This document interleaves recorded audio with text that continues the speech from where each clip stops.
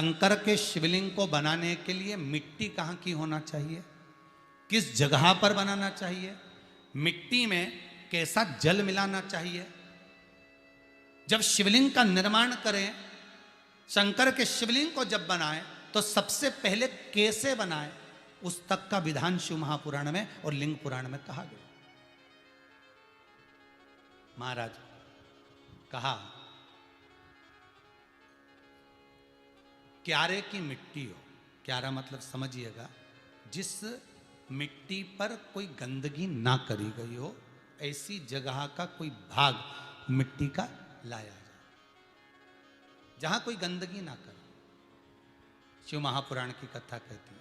देखो, पिछले वर्ष के लॉकडाउन से लेकर अभी तक की जो कथाएं आप लोग सुने हैं, उसमें शिवलिंग मट्टी का किस तरह से बनाया जाए और कैसी मट्टी हो और उसमें पानी कैसा मिलाया जाए, कैसा शिवलिंग तैयार करा जाए, उसका विधान वर्णन नहीं कर पाए, परंतु आज कथा निकली है तो उसको सुन लो। क्यारे की मिट्टी, क्यारे की मिट्टी मतलब जिस मिट्टी पर कोई गंदगी ना करी गई हो, ऐसी जगह की मिट्टी को लेकर जाए। और मिट्टी को लाने के बाद थोड़ा पानी का सींचन कर दें, अर्थात घर में लाएं तो उससे पहले मिट्टी को पवित्र करें। अपने घर में गंगा जल रखा हो, यमुना जल रखा हो, सरयू जी का जल रखा हो, उससे मिट्टी का सींचन कर दें। मान लो अगर ये जल नहीं भी है तो जल के अंदर थोड़ा सा इत्र डालकर मिट्टी का सींचन करें। अगर इत्र भी नहीं है तो जल के अंदर थोड़ा सा दूध डालकर मिट्टी का सींचन कर दें।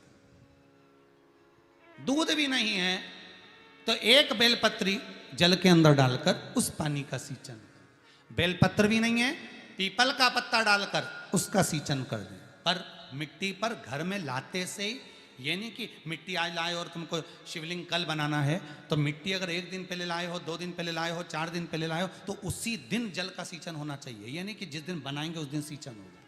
मिट्टी पर पानी का छींटा, सींचन भले ज़्यादा मत डालो, पर छींटा तो उस दिन लगा देना चाहिए जिस दिन घर में मिट्टी लेकर आए हो, जिस दिन लेकर। फिर भले तुम शिवलिंग 15 दिन बाद बनाओ, 8 दिन बाद बनाओ, 10 दिन बाद बनाओ, 3 दिन बाद बनाओ, पर उस समय पर मिट्टी का सींचन उस समय हो जाना चाहिए।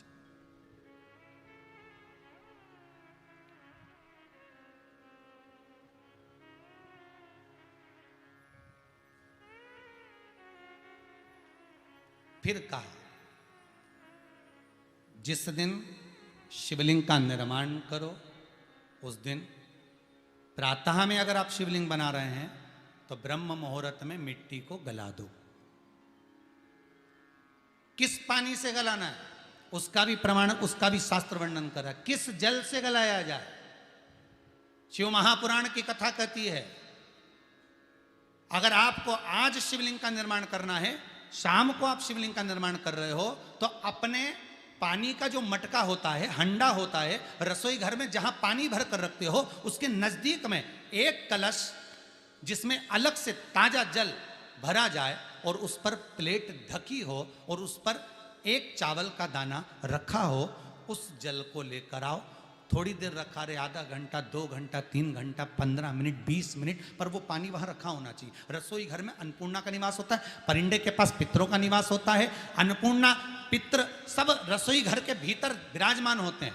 शास्त्र कहता है 33 कोटि देवता एक समय के लिए, एक क्षण के लिए हमारे रसोई घर में प्रवेश करते हैं। इसलिए रसोई घर को तुम पूरे घर को स्वच्छ रखो ना रखो, पूरे घर को तुम साफ रखो ना रखो, पर रसोई घर एकदम क्लीन होना चाहिए, साफ होना चाहिए, स्वच्छ होना चाहिए।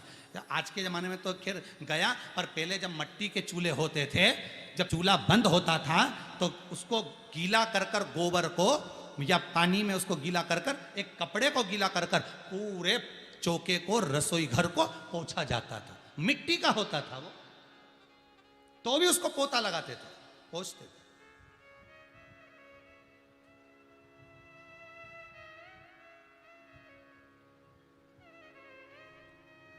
तो पहला क्रम है पार्थिव शिवलिंग का निर्माण। सावन के महीने में अगर आप शिवलिंग बनाते हैं, सोमवार को शिवलिंग बनाते हैं, तो नियम ध्यान रखिएगा महाराज, लिंग पुराण से है ये, इसका नियम ध्यान रखिए।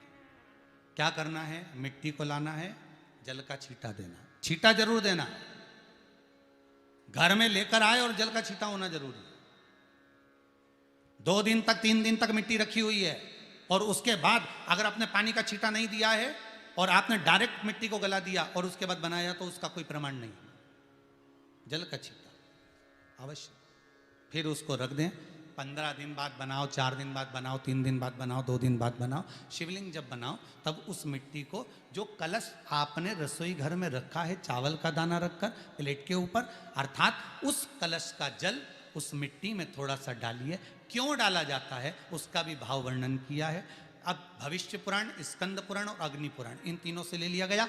वर्णन किया गया, जब उस कलश का जल हम डालते हैं तो उस कलश में पितरों का भाव आ जाता है, अन्नपूर्णा का भाव आ जाता है, घर में लक्ष्मी का भाव आ जाता है, संपदा का भाव आ जाता है। पूरे 24 घंटे के अंदर एक क्षण के लिए रसोई घर में 33 कोटि देवता आते हैं, तो वो देवता का सारा भाव उस कलश के अंदर आ जाता है। और वो जल जब हम उस मिट्टी में मिलाते हैं तो गंगा, यमुना, सरयू, सरस्वती, ये 33 कोटि देवता में, तो इन सब का आनंद उस जल में आ जाता है। और वो जल जब हम मिट्टी में मिलाते हैं तो मिट्टी पवित्र हो जाती है, स्वयं कैलाश अधिपति को स्वीकार करने के लायक हो जाती है, निर्मित करने के लायक हो जाती है।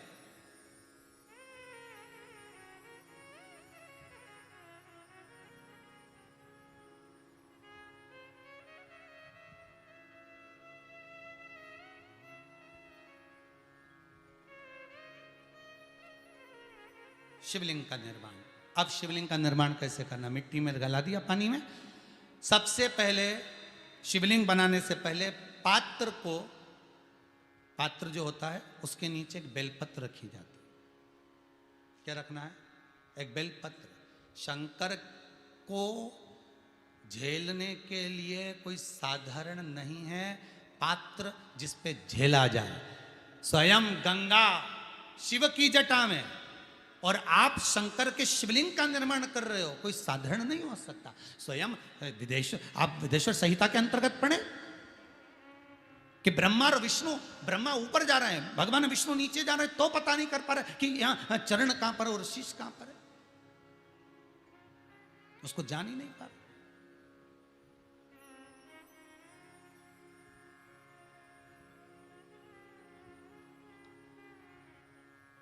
बस एक बेलपत्र साधारण भाव में, बेलपत्र भी सीधा भाग, और इस बेलपत्र की जो डंडी है वो उत्तर दिशा में रखना है थाली के अंतर्गत जब आप शिवलिंग का निर्माण करें। उत्तर। इसके ऊपर जो गलाई हुई मिट्टी है वो डाल दीजिए, और डालने के बाद सबसे पहले शिवलिंग का स्वरूप बनाना है। सबसे पहले नीचे की जलाधारी नहीं बनाना। क्या बनाना है? शिवलिंग का स्वरूप बनाना। बनाने के बाद उसी शिवलिंग के पास में और मिट्टी डाल लीजिए, फिर जलाधारी का निर्माण करिए। फिर जलाधारी,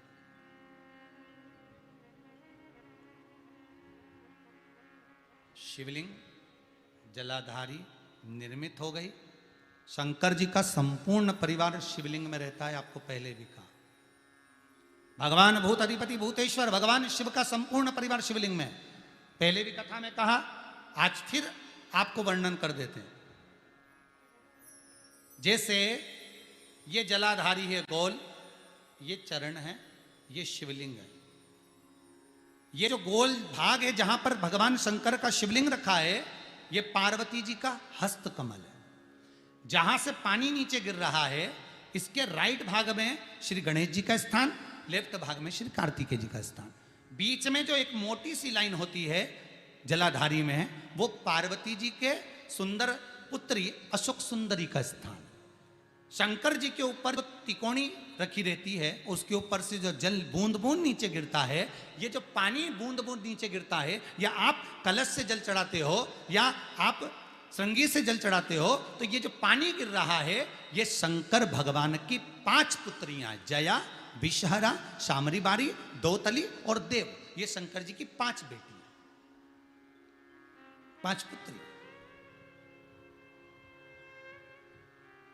कार्तिकेय भी है, गणेश भी हैं, अशोक सुंदरी भी है, शंकर जी की 5 बेटियां भी हैं, शंकर भी है और पार्वती भी। अर्थात शिव जी के परिवार में आपको गणेश जी की पूजन अलग करने जाने की जरूरत नहीं पड़ेगी, शंकर के परिवार में पार्वती जी की पूजन अलग करने जाने की जरूरत नहीं पड़ेगी, कार्तिकेय की पूजन अलग जाकर करने की जरूरत नहीं है। शंकर का परिवार, शंकर के शिवलिंग के साथ में उस जलाधारी में संपूर्ण परिवार शंकर का विराजमान है, संपूर्ण परिवार, कुछ भी नहीं, संपूर्ण और पूरा परिवार है महाराज।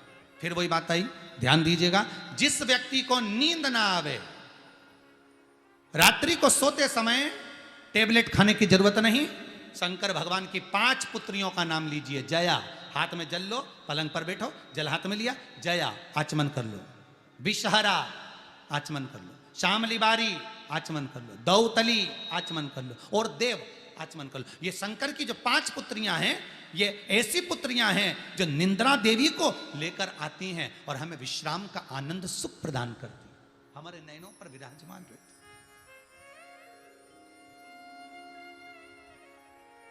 हाँ, यदि विवाह नहीं हो रहा, शादी नहीं हो रही है, बहुत समय से लगन देख रहे हो, शादी नहीं हो रही, बहुत समय से परेशान हो गए कि विवाह ही नहीं हो रहा, हम तो टेंशन में पड़ गए, लड़की 28 साल 30 साल का लड़का हो गया, विवाह नहीं हो रहा, कुछ मत करो।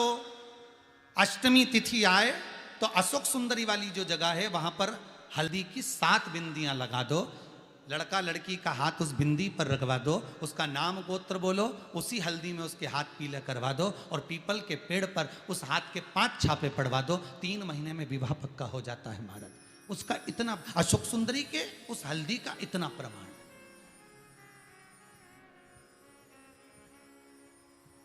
3 माह के अंतर्गत विवाह नक्की होगा, इतना इतना प्रमाण है महाराज। भगवान शिव की आराधना का कोई साधारण फल है महाराज।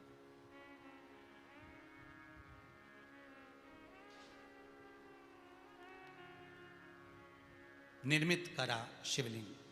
एक बार सब जितने भी टीवी पर बैठे हैं, सम्मुख में कथा सुन रहे हैं,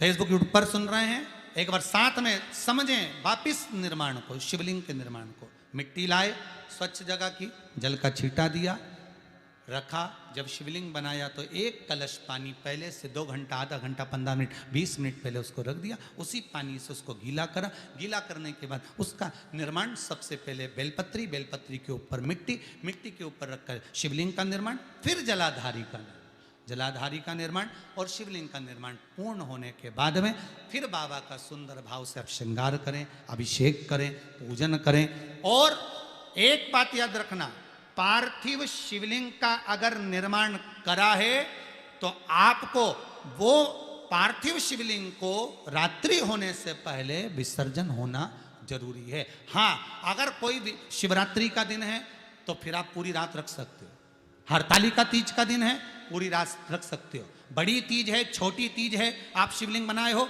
तो आप पूरी रात रख सकते हो, विशेष कोई उत्सव है, श्रावण का महीना है, पूरी रात रख सकते हो। पर बाकी के समय अगर आप शिवलिंग का निर्माण करें तो उसको सूर्यास्त होने के पहले आप उसको नदी में, जल में, जलाशय में विसर्जन करें।